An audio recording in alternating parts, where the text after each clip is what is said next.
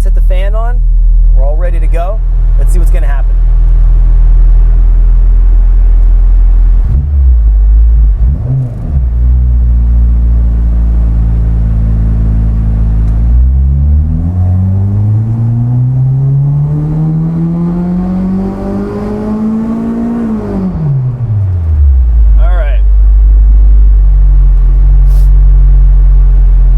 Shut everything down here. Now, one thing I want to mention, I did not hit the logging manually, so let's see if that auto logging actually kicked in at 1800 like we were requesting.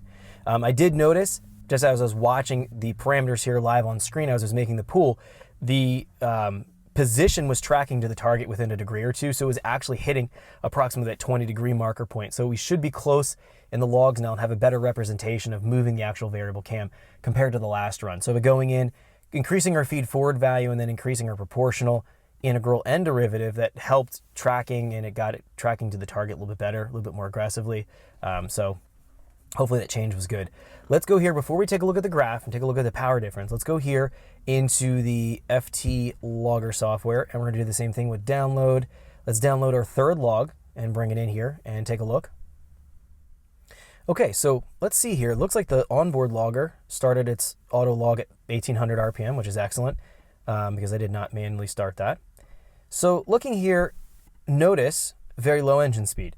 We are hitting our target here. If we go down, we're requesting 20 and we're hitting 21.8. There's always a little bit of deviation, but that's pretty close. So the actual and the target are tracking, and notice now that we're actually getting some of that overlap, huge difference in our fueling. We are tracking to the target, but notice the correction is adding 15%. This is going to give me an indication engine definitely likes that at this very low engine speed. Let's go up here to the next area. Here it's adding almost 18%, and we're definitely leaner than the target. Definitely likes it there. Going up a little bit further, here it's adding about 13%. Now we're a little bit richer than the target, but that's okay. Going a little bit further yet, here's 4,000.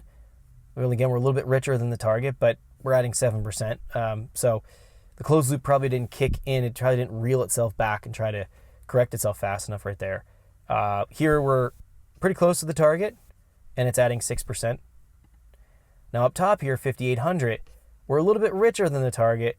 We see it's adding a little bit. And if we look at the very high engine speed, here we're tracking to the target, but notice it's taking away fuel. And this is going to give me indication, at least at the high engine speed, something like 665, 7,000, it's probably losing power and torque because it's removing the fuel. So if I had to guess, it probably liked that power change, or the variable cam change, below about 4,500, 5,000 RPM, based on what we're seeing here, looking at the correction level and seeing how it's correcting itself to try to hit the target. And we know if it's correcting a lot, if it's adding a lot of fuel in, that's a positive change. So I'm going to guess that's what's going to be. Okay, let's actually go in here and take a look now at the graph and see if that's backing up what we're finding here in our log. So looking at our graph, 118 horsepower, 109 torque. It looks substantially better on the bottom end though. Now again, power output's super low because the spark timing is really conservative, but let's look here. Let's do a save run and we'll do a comparison so we get a better idea as to what's going on here. So I'll say baseline, we'll say 20 VTC, and let's go here. Let's flip it to the analyze screen and let's do this overlay. So if we're doing an overlay, the purple line is our last pull here. We can see our purple lines, that's our horsepower and torque. We're gaining, we're beating our white line, which is our 10 degree, all the way here to about 55, 50, 5100. And then we can see the purple line starts to drop below the white line, and then we can see the green line takes over right around 6,000. So that's backing up what I'm finding here. We're finding on the top end, it's taking fuel away.